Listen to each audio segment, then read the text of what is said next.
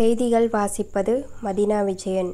கிருஷ்ணகிரி கால்பந்தாட்ட குழு மற்றும் கிருஷ்ணகிரி அரிமா சங்கம் இணைந்து நடத்திய முதலாம் ஆண்டு கால்பந்தாட்ட கோடைக்கால பயிற்சி நிறைவு விழா நடைபெற்றது. விழாவில் பருகூர் சட்டமன்ற உறுப்பினர் மதியழகன் எம்.எல்.ஏ. பங்கேற்று குத்துவிளக்கு ஏற்றி வைத்து மாணவர்களை வாழ்த்தி கேடயம் வழங்கி சிறப்புரையாற்றினார்.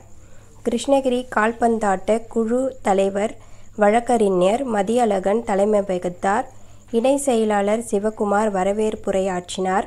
கிருஷ்ணகிரி திமுக நகர செயலாளர் நவாப், அரிமா சங்க தலைவர் வெங்கடேசன், வெங்கடேஸ்வரா ஜுவல்லரி தொழில் குழும தலைவர் ரமேஷ், கிருஷ்ணகிரி மாவட்ட முதன்மை கல்வி அலுவலர் மகேஸ்வரி கலந்து கொண்டு மாணவர்களுக்கு கேடயம் வழங்கினார். இதில் 250 மாணவ மாணவிகள் கலந்து கொண்டனர்.